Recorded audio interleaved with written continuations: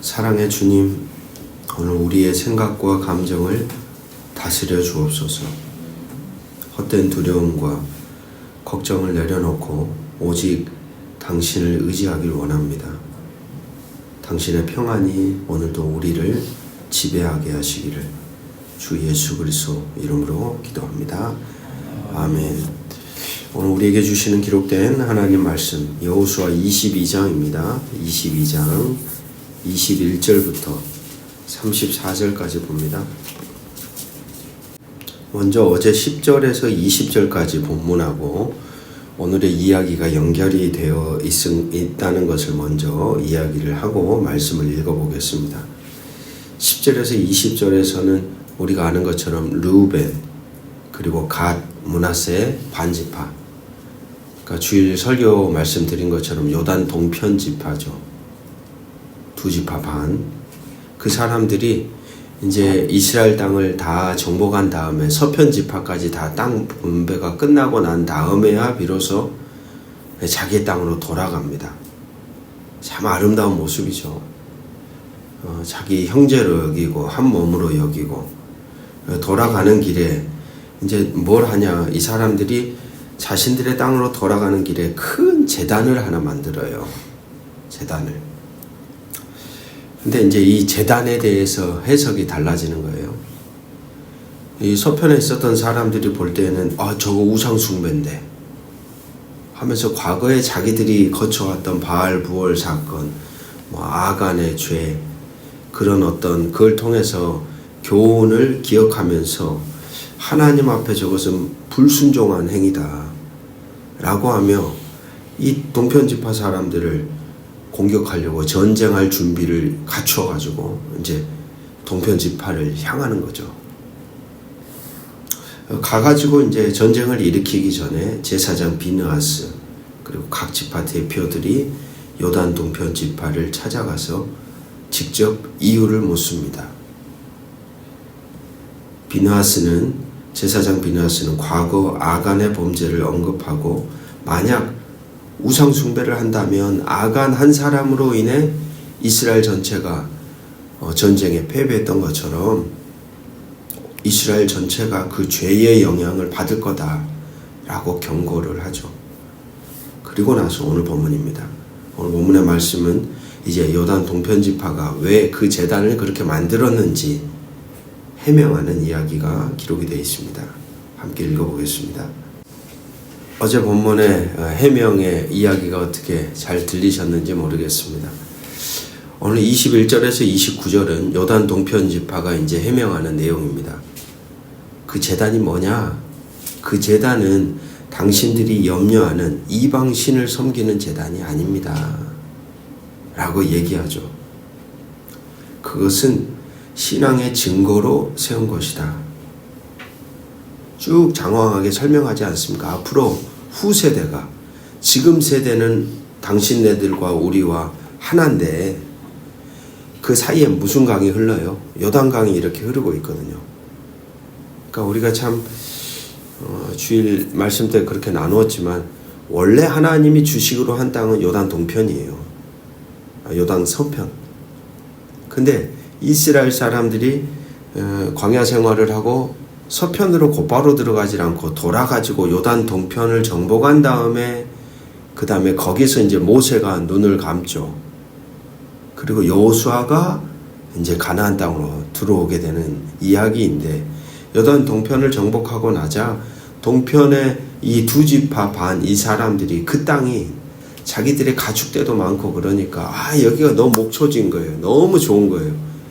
그러니까 원래 하나님이 주시고자 하는 땅은 이 땅인데 그 말씀을 잃어버리고 모세에게 딱 가가지고 우리 이 땅 주시오.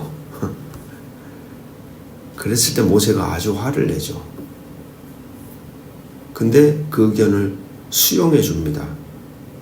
그러니까 하나님이 자기의 눈높이를 낮춰주셔요. 원래 하나님이 생각하건 10인데 사람들이 말도 안 되는 걸 요구하면 하나님이 그 눈높이를 맞춰주셔. 인간의 어떤 자리로 내려와서 그들이 어떤 상황과 어떤 마음, 어떤 상태 속에 있는지를 보면서 맞춰주시는 하나님의 모습이 거기 드러나죠. 그 조건이 그거 하나였습니다. 그렇다면 요단 서편까지 다 정복한 다음에 너희 땅으로 돌아와라 이거였어요. 그걸 아주 신실하게 다 한 거예요, 이 사람들이. 그리고 오늘 본문에 왔는데, 시대가 지나면 분명히 후손들은 잊어버릴 겁니다.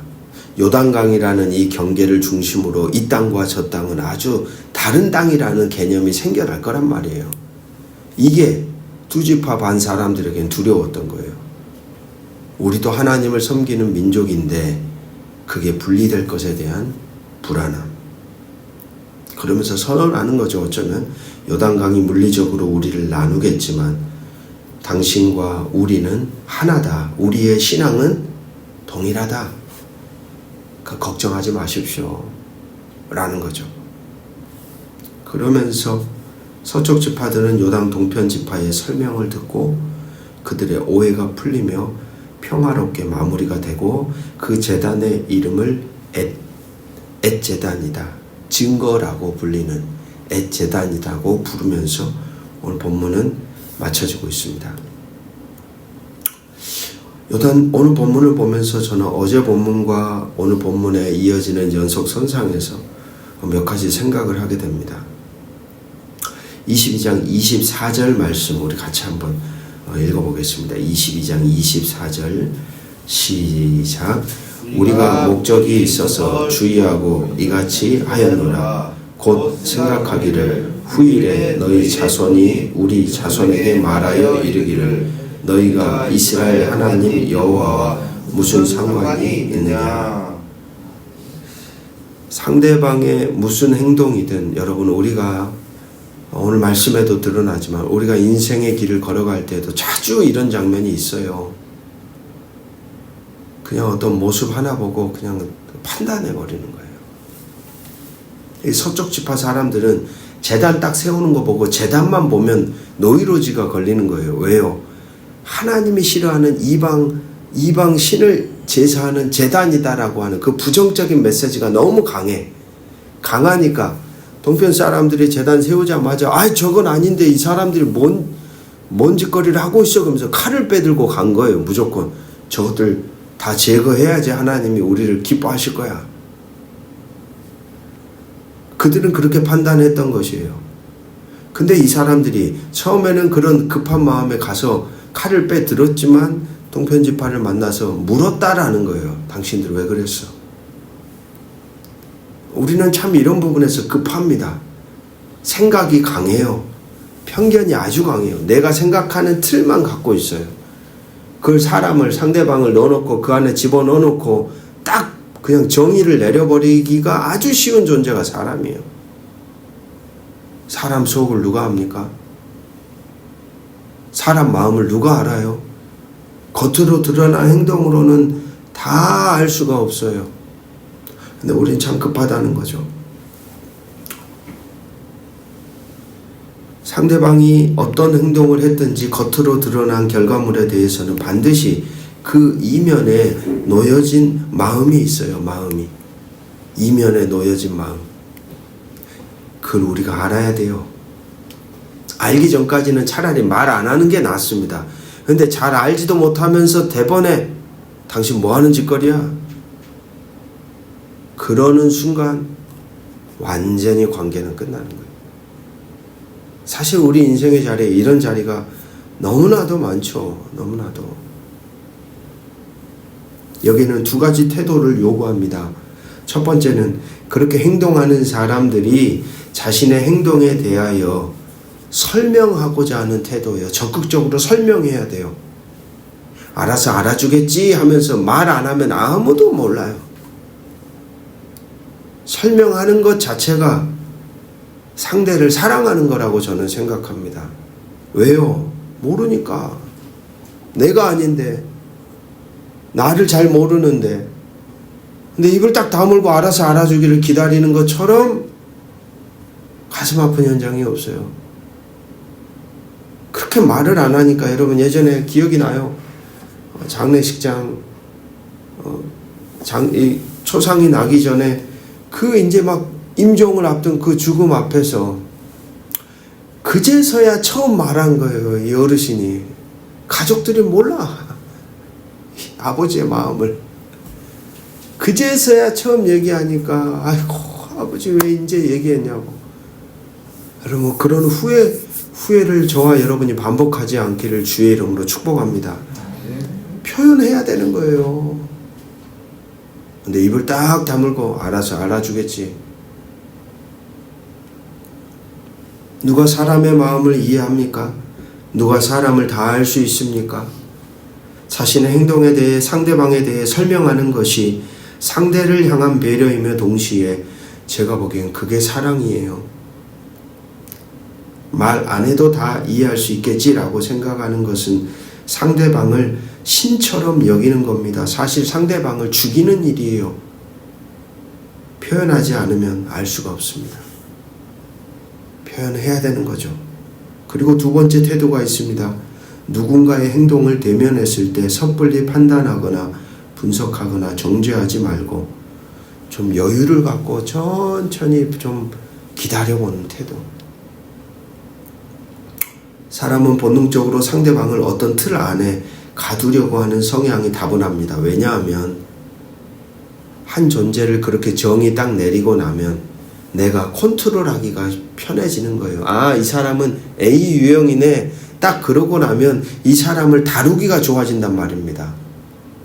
그러니까 본능적으로 사람들은 어떤 타입 안에 집어넣으려고 하는 경향이 아주 많아요. 그래서 오늘날도 뭐 MBTI 나는 어떤 유형이네 어떤 유형이네. 여러분 그 유형 안에 사람이 다 가두어지나요? 그렇게 정이 내려지는 것은 참고할 뿐이지 그게 전부는 아닌데 가끔 우리는 착각해버리죠. 자신의 틀 안에 상대방을 넣어놓아야 우리는 상대를 다루기가 쉬워진다고 생각합니다. 그러나 사실 상대를 알아가기 위해 우리는 얼마나 많은 시간과 노력 또 마음을 쏟아내고 있는가 저는 질문해 봅니다.